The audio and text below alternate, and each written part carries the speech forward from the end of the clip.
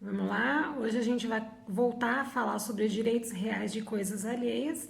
Inicialmente a gente falou sobre os direitos reais de gozo e fruição sobre coisas alheias.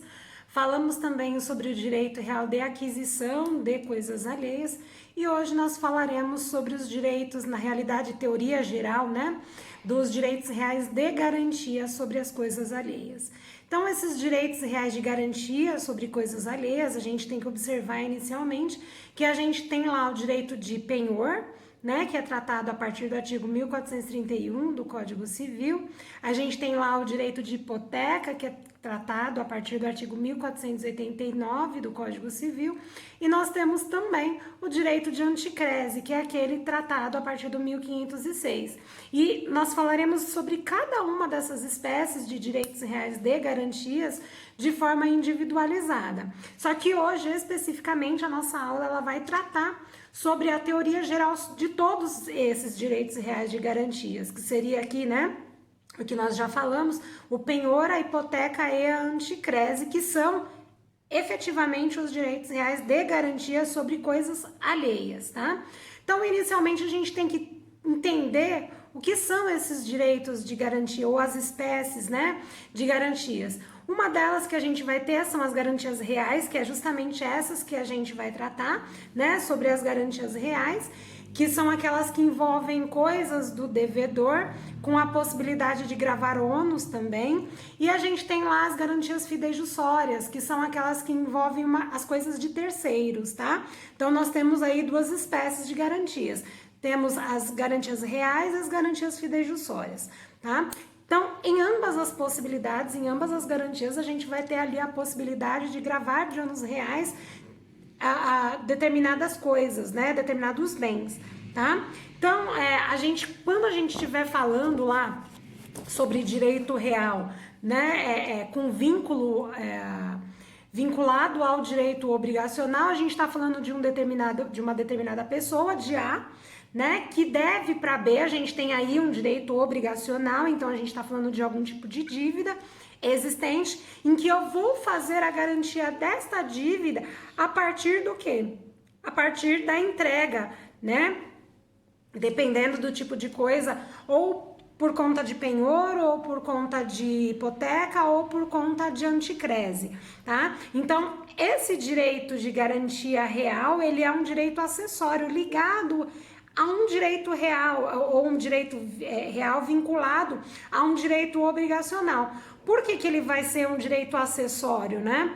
Porque sempre que eu precise garantir alguma coisa, né, eu tô garantindo uma dívida existente. Isso significa dizer que eu não tenho como dar algum bem, alguma coisa em garantia se eu não tiver ali uma obrigação principal assumida, tá? Vou dar um exemplo aqui da hipoteca para ser mais clara, né? Eu quero fazer a aquisição de um determinado bem, tá? E na hipoteca tô falando de bem imóvel. Então eu vou lá, eu escolho, eu não tenho o valor inteiro, né? O valor integral para fazer a aquisição daquele imóvel. Eu vou ter um valor da entrada, obviamente. E o que eu vou fazer? Eu vou adquirir aquele bem, eu vou pedir para o banco um dinheiro, geralmente aí são os bancos, né, privados ou até mesmo a Caixa Econômica Federal. E eu vou dizer, olha, eu fiz a aquisição deste bem, tá? E aí eu tô dando em garantia em ônus reais esse imóvel para garantir, no caso de inadimplência, o pagamento, né, dessa dívida por conta do dinheiro que me foi emprestado por aquele determinado banco. E aí é justamente por esta razão que lá, né, no meu documento daquele referido imóvel que eu faça a aquisição, vem lá gravado de ônus reais, dizendo que eu tenho uma hipoteca para o Banco Santander, para o Banco Bradesco, para a Caixa Econômica Federal. Por quê? Porque eu entreguei o meu bem, que o bem é meu, né? Porque eu fiz a aquisição daquele bem, ao banco que vai ter ali o direito real sobre coisas alheias. Quem é esse alheio? Sou justamente eu, né? Sou idiota, como dizem. O banco, ele vai ter lá um direito poderoso sobre o meu patrimônio. Lembra quando a gente falou sobre direito real, né? Sobre o que era o direito real, que inclusive ele poderia se sobrepor ao direito do próprio proprietário?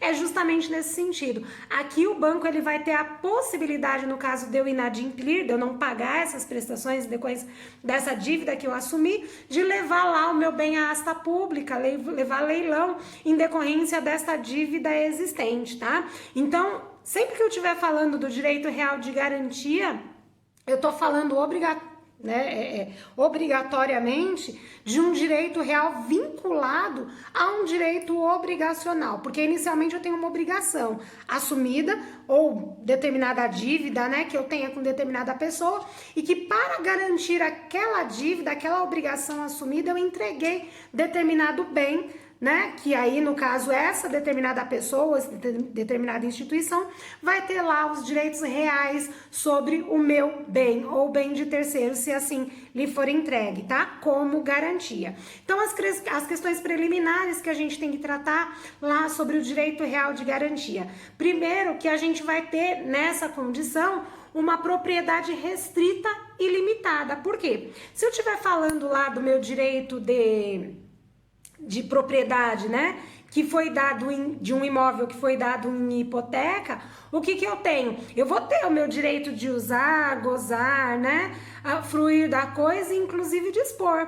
Só que eu vou ter entregue para um terceiro a possibilidade de levar em asta pública esse meu imóvel, ou seja, pode ser que esse bem seja alienado, meu bem, ainda que eu não tenha interesse, ainda que eu não queira, mas isso vai poder ocorrer por quê? Porque eu abri mão, né, da minha plenitude da propriedade e eu entreguei para essa determinada pessoa em que eu tinha uma dívida o direito lá real de garantia. De garantir o quê? De garantir uma dívida para uma determinada pessoa sobre aquele bem que eu tenho, tá? Ele vai conferir, neste caso, com a limitação, né, dessa minha propriedade, a pretensão de obter o pagamento de uma determinada dívida, né, com o valor aplicada a satisfação, né, aplicada em decorrência ali da asta pública daquele meu determinado bem, no caso da hipoteca, o imóvel, para satisfazer a dívida ali existente com determinada pessoa, tá? E a função que se tem esse direito real de garantia é justamente garantir o recebimento da dívida pela vinculação de determinado bem. Então eu digo, olha, se eu não pagar essa dívida que eu tenho com você, quem garante é justamente esse bem que eu tenho, tá? Então a principal função aqui do direito real de garantia é garantir a dívida existência em decorrência do quê? De vinculação de um determinado bem existente que eu tenha dado em garantia, tá?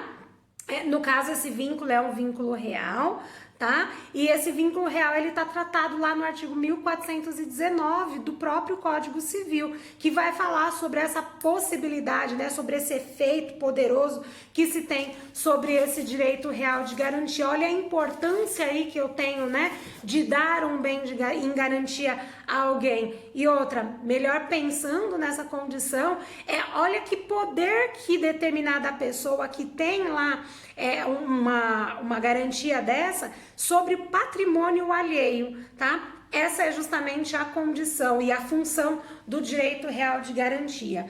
Quais são as características fundamentais desse direito real de garantia? Eu vou falar todos de uma vez e depois eu vou esclarecer cada um deles, tá? Então, primeiro aqui é o direito de preferência, né? Que a gente tem ali sobre as características fundamentais do direito real de garantia. A gente vai ter lá uma necessidade de um contrato solene. A gente tem também a obrigatoriedade da especialização, assim como da publicidade desses atos praticados de dar em garantia determinado bem, tá? A gente vai ter a possibilidade de indivisibilidade desses bens para as características principais e fundamentais dos direitos reais de garantia. A gente tem a situação de acessório, né, a assessoridade sobre esses direitos reais de garantia vinculada a uma obrigação principal, assim como a possibilidade ou a necessidade de se ter um direito de sequela e a execução, tá? E aí, a partir de então, eu vou começar a falar sobre cada uma dessas garantias fundamentais para poder ficar fixado e bem claro para todos vocês. Então, primeiro de tudo é o direito de preferência. O que seria desse, né? Aqui é justamente a possibilidade que o credor tem, né, de preferência no recebimento do seu crédito. Por quê? Porque ele vai ter essa preferência em relação a todos os outros demais credores, chamados assim de credores quirografários. Exceto lá no caso do parágrafo único, né, que fala sobre os créditos tributários, trabalhistas, no caso de falência. Aí não vai ter, a gente não tem como verificar essa possibilidade de preferência deste credor, né, de direitos reais sobre coisas alheias, esse direito real de garantia, só não vai ter essa preferência se a gente estiver falando lá das possibilidades, no caso de falência, tanto dos credores trabalhistas quanto dos credores de créditos ou de verbas tributárias, tá? Exceto esses dois, todos os demais créditos eles serão preteridos em decorrência aqui do meu direito real de garantia, tá? A súmula 478 também do STJ, ela vai tratar lá sobre a questão da dívida de condomínio, né? Que vai dizer e vai trazer para nós, essa súmula 478 do STJ, que a preferência do condomínio, ela se sobressai, né? Ou ela é mais importante do que ali sobre o do hipotecário, que aí a gente vai ter também essa outra ressalva existente nessa condição. Isso significa dizer que, exceto essas possibilidades, o crédito real, que é o crédito hipotecário, né, ele vai ter preferência lá sobre o crédito pessoal tratado no artigo 961 do Código Civil, tá? Então, quando eu falo lá sobre a questão das características fundamentais, sendo ela a preferência, estou falando justamente da prelação, que é da possibilidade de preferência desse credor, né, sobre todos os outros demais. Então, vamos lá, além da preferência, eu tenho lá a necessidade de que esse contrato seja solene, tá? Solene por quê? Porque ele tem ali que cumprir alguns requisitos, né, para a sua existência. Essa situação de solenidade, que são as formalidades que devem seguir esse contrato, ele está justamente lá no artigo 1424 do Código Civil. E junto da solenidade, é importante eu dizer que há a necessidade também da especialização. O que seria essa especialização? É aquela enumeração de elementos, né, que caracterizam um determinado bem. Quer ver o exemplo que eu vou utilizar? Eu estou fazendo uma hipoteca, tá? E estou dando em garantia um bem imóvel. Basta eu dizer que é um imóvel lá na Rua Carolina Fonseca, que é o imóvel lá, né, da nossa universidade? Não. Eu tenho que colocar que eu estou dando em garantia um imóvel na Rua Carolina Fonseca, número 235, de matrícula número tal, e colocar todas as especificações e confrontações desse determinado imóvel, inclusive, se necessário, com o número de cadastro. Isso para quê? Para eu pormenorizar e deixar de forma pacífica e tranquila qual é o imóvel que eu estou dando em garantia. Isso para que não haja posteriormente nenhum tipo, né, de problema ou de falta de entendimento sobre qual é o imóvel efetivamente entregue, tá? Então daí a necessidade, além da solenidade na formalização deste contrato, que lembrando a formalização, né, ou as formalidades desse contrato estão descritas lá no artigo 1424, também se faz necessário pormenorizar qual é o bem que eu estou entregando e que vai fazer garantias, ou que vai valer, né, na possibilidade de inadimplência como dinheiro, ou vai fazer dinheiro para adimplir, para pagar aquela referida dívida ou aquele contrato obrigacional assumido anteriormente, tá?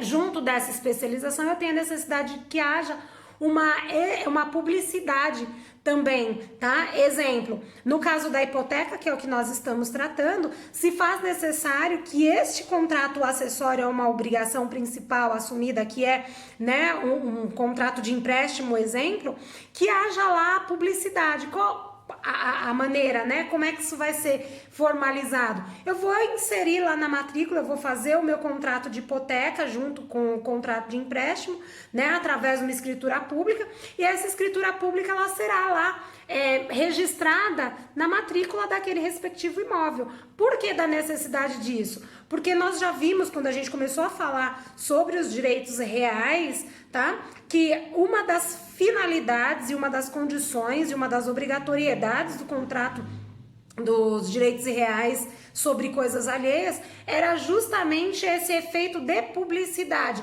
porque se uma outra pessoa quiser fazer a aquisição desse referido imóvel que foi dado em garantia, ela precisa saber, ela necessita saber da existência de uma dívida que está sendo garantida com aquele imóvel. E por que disso? Por conta da nossa condição do direito de sequela, né? O que é o direito de sequela? Como dizem alguns doutrinadores, né? E eu adotei para mim essa condição, onde a vaca vai, o boi vai atrás. Isso significa dizer que não importa na mão de quem esteja este imóvel, se o imóvel está sendo dado em garantia referente a uma determinada dívida, se eu não fizer o pagamento, se esse imóvel tiver sido transferido para A, para B, para C, para D, pouco importa quem esteja com ele. Por quê? Porque esse imóvel, estando garantindo essa dívida e uma vez ela sendo inadimplida, ele vai sim ser levado à asta pública. E aí não adianta quem faz a aquisição desse bem dizer, olha, eu não devo para ninguém, o imóvel é meu. Era, só que por conta lá da obrigatoriedade do direito, né, ou da obrigação de dar publicidade para esses atos, a pessoa que faz a aquisição deste bem e sequer tira lá uma certidão de matrícula para ver se o imóvel ele tá zerado, né, redondinho, costumo dizer limpinho e não tem nada gravado naquela referida matrícula, se ele não tomou esse cuidado, infelizmente ele vai amargar lá no final. Por que ele vai amargar? Porque este imóvel, de forma tranquila, será levada à asta pública e o atual proprietário, infelizmente, ele vai acabar por perder este bem, tá? Mas por que disso? Volto a dizer, porque o direito real, ele se sobrepõe, inclusive, ao direito do proprietário, tá? E daí a necessidade, daí a razão desses direitos todos que a gente trata sobre direitos reais, ser observado lá a condição do princípio da publicidade. Daí vem a necessidade de estar, né, de gravar na matrícula do imóvel essa condição, esse ônus reais existente sobre referido bem, tá? Outro ponto, outra característica fundamental do direito real, né, de garantia, é a questão da indivisibilidade. O que é a indivisibilidade, pessoal? Se houver o pagamento de uma ou mais prestações, né, de dívida, não importa aqui a exoneração da garantia, se existirem mais de uma, tá? Ainda que ele seja ali garantido ou compreendido por diversos bens, salvo disposição expressa. Então vamos lá. Eu dou em garantia sobre uma dívida de 1 milhão, 3 imóveis, tá? Sobre uma dívida de 1 milhão. 3 imóveis, uma garantia ali, né, 250, outro 250 e o outro meio milhão, tá? 1 milhão eu tinha 3 bens, um de 250, outro 250 e um de meio milhão, de 500 mil reais, e aí eu tenho ali formalizado 1 milhão de reais, tá? Então esses 3 bens aqui, eles garantem o quê? A universalidade, ou seja, a dívida toda que é 1 milhão de reais. Se não tiver escrito lá expressamente, olha, essa dívida, esse bem equivale a 250 mil, porque ele vale 250 mil. Esse outro bem equivale a um valor, a dívida de 250 mil, e esse daqui meio milhão, ou seja, 500 mil. Se eu não tiver ali pormenorizado de forma expressa sobre o que garante o quê, vai se subentender que todos aqueles bens garantem a dívida toda, tá? Ou seja, por inteira a dívida. Então vamos pensar que no meio do caminho eu já paguei 250 mil e aí eu quero liberar de ônus reais determinado bem. Não, eu não vou conseguir. Por que não? Porque eu tenho aqui uma indivisibilidade, ele não é divisível esses bens. Se eles foram colocados para garantir uma dívida inteira, uma dívida cheia, enquanto eu não fizer o pagamento total daquela dívida, eu não vou conseguir liberar todos os bens, tá? Exceto se eu tiver lá de forma expressa a condição, dizer, olha, tal bem que vale 250, garante 250, tal bem que vale 250, garante 250, e o outro que é no valor de R$500 mil, garante lá R$500 mil. Se eu não tiver essa condição de forma específica, clara no meu contrato, eu não vou conseguir lá fazer uma liberação parcial do bem, tá? Isso significa que a alienação parcial em nada vai modificar a garantia, tá? Ou sobre a parte que foi paga sobre aquele respectivo bem, tá? Se ele foi alienado, na realidade, se eu tenho lá a garantia do valor total da dívida, eu assim vou subentender e eu tenho que pretender lá a quitação geral e total. Se eu não tiver essa situação é individualizada ou pormenorizada sobre o que garante o que sobre aquele bem, tá? Isso tá lá no artigo 1429 do Código Civil.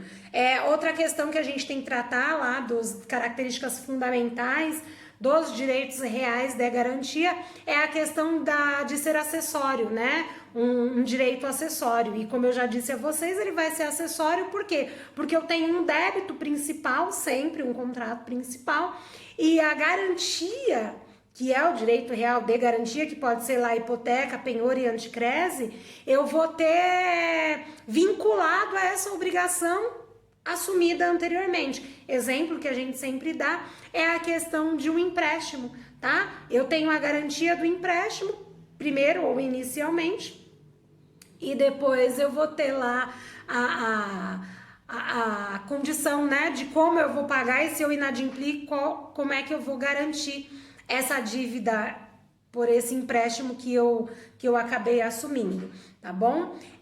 A sequela que nós já vimos, que é a questão de onde o boi vai, a vaca vai atrás também, que é para onde o bem vai, o direito real de garantia ele vai acompanhar. Então, independe aqui para quem foi vendido o bem, a dívida permanece, se a dívida permanecer, a garantia também vai permanecer, tá? E a gente tem lá a condição de características fundamentais que a gente vai tratar, que é a execução. O que é essa execução?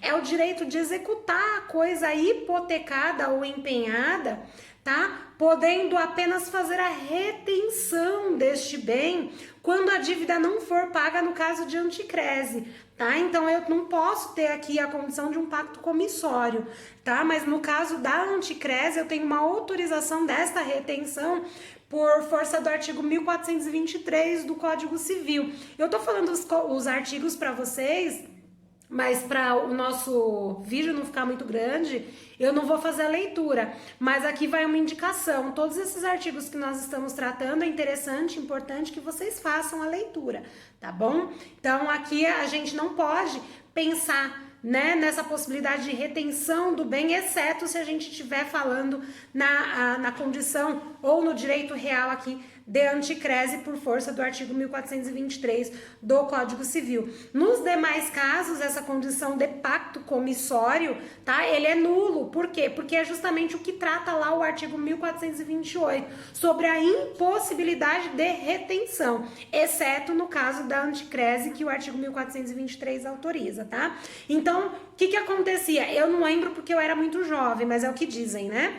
Que antes, quando as pessoas compravam lá nas Casas Bahia e não pagava, vinha alguém da loja, não sei se é verdade, tá? E que buscava, por exemplo, comprei uma geladeira. E aí, qual era a vergonha da pessoa? Vinha alguém lá das Casas Bahia retirar a geladeira e levar, quer dizer que os vizinhos já sabiam, olha, se as Casas Bahia veio aqui buscar a geladeira, é porque fulano não pagou. Né, que aí a gente pode aqui fazer uma analogia à condição do direito de retenção. Então, se eu dou o meu imóvel em garantia, tá, para pagamento de uma determinada dívida, pode lá o banco vir e querer se apropriar, fazer a retenção do meu bem? Lógico que não.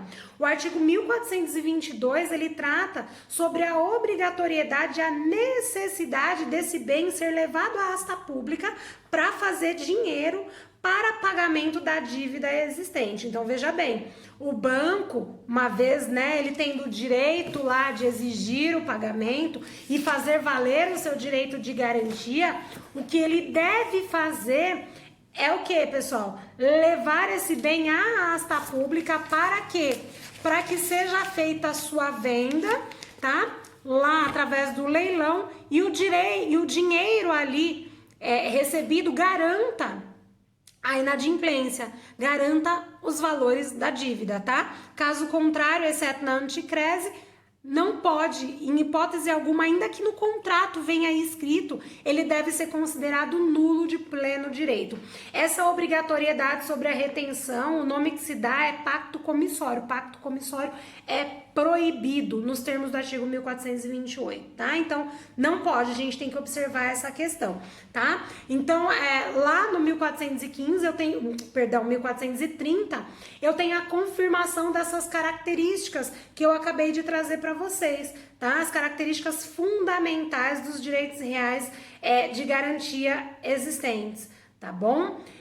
Quais são os requisitos subjetivos, né, do direito real de garantia? Então, os requisitos subjetivos, ele vai dizer respeito à pessoa, né, daquele que pretende instituir um direito de garantia. Primeiro de tudo é a legitimação. O que seria essa legitimação? É a capacidade exigida por lei de alguém para poder lá, né, instituir um direito de garantia. Um exemplo, ou alguns exemplos que a gente vai utilizar. Lá no 1420, ele vem dizendo que só pode gravar de ônus reais determinado bem quem é dono. Tá no parágrafo 2º do 1420. Outra característica, outra possibilidade que é a legitimação aqui, é o 1691. Ele diz que não pode os pais alienar, né? É uma impossibilidade. O 1647, inciso 1º, ele fala lá sobre a questão da outorga marital. Ou seja, se a pessoa ela é casada e estiver entregando um bem imóvel, né, como garantia, eu preciso obrigatoriamente que o meu cônjuge, né, que o meu marido, ele venha ali garantindo também, ele venha outorgando, dizendo, olha, eu garanto, eu assumo, eu concordo que esse bem seja dado lá em garantia. Tá? Então, essa primeira possibilidade, esses requisitos subjetivos, ele vem tratando sobre quem pode dar e se pode, como pode fazer, que é a questão da legitimação, e é justamente isso que a gente tratou agora, tá? Requisitos objetivos, que a gente está falando da teoria geral, né, dos direitos reais de garantia. Então, os requisitos objetivos, eles estão ligados ao próprio bem, né, que é aquela impossibilidade de oferecer em garantia um bem inalienável, que seria o exemplo, tá? Lá no 1420 ele também trata sobre isso, sobre a questão de existência de nulidade, né? Ou por exemplo, impossibilidade do objeto ou fraude à lei imperativa, né, de não poder dar este bem ou esse respectivo bem em garantia, tá? Outra questão é o requisito formal que a gente deve nos atentar ou observar no momento de dar determinado bem em garantia. Então, são os elementos que devem estar presentes no título constitutivo, tá? Primeiro deles é a formalidade tratada lá no artigo 1424, sendo que no caso de inexistência ou de ausência de observância desses elementos, ele vai se tornar ineficaz, tá? Um dos exemplos, a garantia, o direito real de garantia deve ser anotado lá na matrícula do imóvel, se eu estiver falando de hipoteca. Se eu não anotar na hipoteca, se eu não pegar aquela escritura pública e levar para anotar, pode até ser que eu tenha tido a intenção de fazer um direito real de garantia, ou de instituir um título, né? De dar em garantia. Mas eu não matriculei, eu não levei lá para gravar, né? De ônus reais, não valeu. Eu posso ter tido a intenção, mas não o fiz nos termos das formalidades que trata lá o artigo 1424. O que vai acontecer? Vai perder lá a eficácia, porque vai ser ineficaz esse título, tá? Então, aqui o exemplo que serve sobre a questão do requisito formal são as formalidades que devem ser seguidas para instituir este título, tá? Se for inobservado qualquer uma das condições do 1424, o que eu vou ter? Eu vou ter a ineficácia. Eu até quis fazer, eu até pretendi, mas eu não fiz. Por quê? Porque faltou ali, né, uma possibilidade. Faltou os requisitos formais para a existência daquela situação, tá bom? Então vamos lá. A vedação do pacto comissório que a gente acabou de tratar, né? O que seria isso? Essa vedação, ela tá lá no artigo 1428 e ela é justamente uma proteção ao hipossuficiente ou à parte hipossuficiente, tá? É a vedação do enriquecimento sem causa. Por quê? Vamos pensar que eu já paguei aí uma boa parte de um imóvel que eu dei em hipoteca, tá? Paguei aí esse imóvel, eu inadimpli, esse imóvel deveria ter sido levado à asta pública. Qual é a finalidade da asta pública? É o leilão, né? Fazer dinheiro com aquilo. Vamos pensar que inicialmente o imóvel valia lá 1 milhão. Eu dei em garantia em 500 mil reais, tá? Não dei tudo, eu dei uma entrada de meio milhão e a outra metade foi justamente a garantia que eu dei para pegar do banco dinheiro para poder pagar lá para adquirir aquele referido bem, tá? Isso significa dizer que embora ele valha 1 milhão, eu não devo 1 milhão, eu só devo 500 mil reais. Só que vamos pensar que dentro desse contexto todo eu tenha pago aí metade do meu financiamento e eu não inadimpli os meio milhão, os 500 mil reais. Eu inadimpli só 250 mil reais, o restante já foi pago, tá? Se a gente for admitir, ou se fosse, né, se a gente não tivesse a vedação do 1428, que é a condição de vedação do pacto comissório, se a gente admitisse a possibilidade de fazer a retenção deste bem, nós estaríamos diante aí de uma injustiça. Por quê? Porque vamos pensar que o banco pudesse fazer a retenção desse bem. Eu não devo 1 milhão. Eu devo 250 mil. Então, eu teria aí um prejuízo de 750 mil reais em detrimento de uma dívida de apenas 250.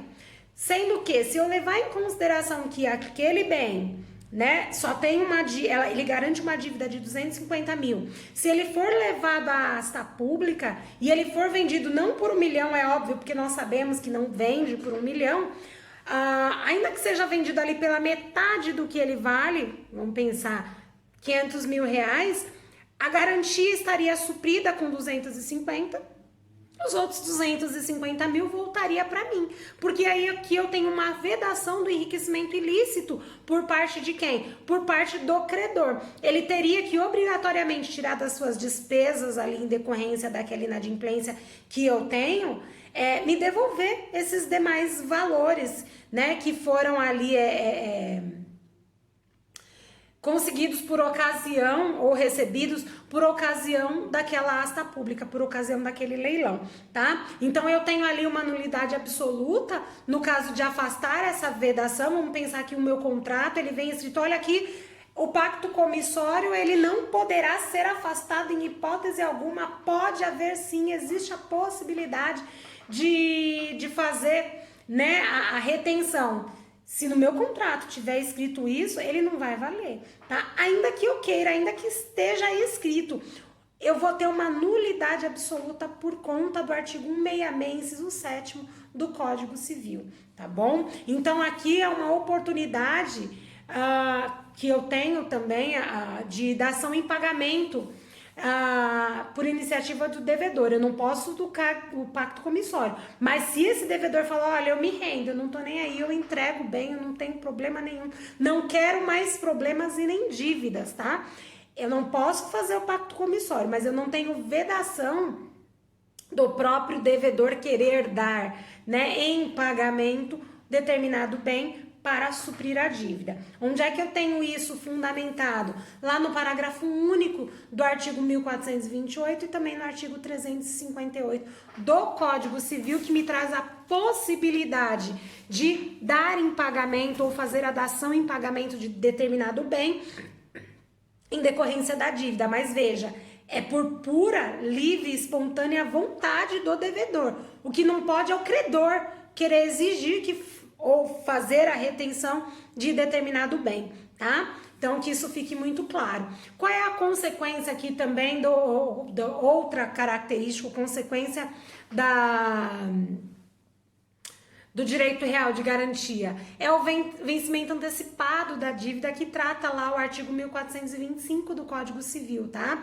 Eu tenho a possibilidade de conversão da obrigação de trato sucessivo em execução imediata ou instantânea, tá? Então, eu tenho essa possibilidade aqui no direito real de garantia. Isso também, além do artigo 1425, eu tenho lá a possibilidade garantida no artigo 333 do Código Civil, né? Que não é taxativo, ele é exemplificativo neste caso, tá? No 1425 eu tenho os casos específicos e relativos a essas condições, né? Relativos a essas obrigações. E a lei também, ela não determina quais são essas prestações que restam vencidas, né? Sendo necessário ali estabelecer pelo menos no contrato, que é o que a gente tem em algumas vezes em contratos de financiamento, hipoteca, exemplo, que vem dizendo, olha, a partir de 3 prestações, né, eu tenho ali a possibilidade de fazer, né, de considerar antecipado o pagamento, tá bom? E daí fica a dica aqui para vocês verificarem o artigo 1425, que ele vem tratando de forma específica quais são as condições, né? Quais são as possibilidades de ser considerado lá o vencimento antecipado das prestações de trato sucessivo em execução, tá? E inclusive execução imediata da dívida, tá bom? Sobre a teoria geral dos direitos reais de garantia, por hoje a gente fica por aqui, tá? E aí a gente vai continuar aí para falar sobre as espécies, né? Que é justamente a hipoteca, penhor e anticrese, tá bom? Até mais, pessoal. Até a semana que vem. Fiquem com Deus e que isso acabe logo. Mas me parece que esse semestre tá bem difícil de acabar, tá? Mas vamos lá. Até mais. Fiquem com Deus.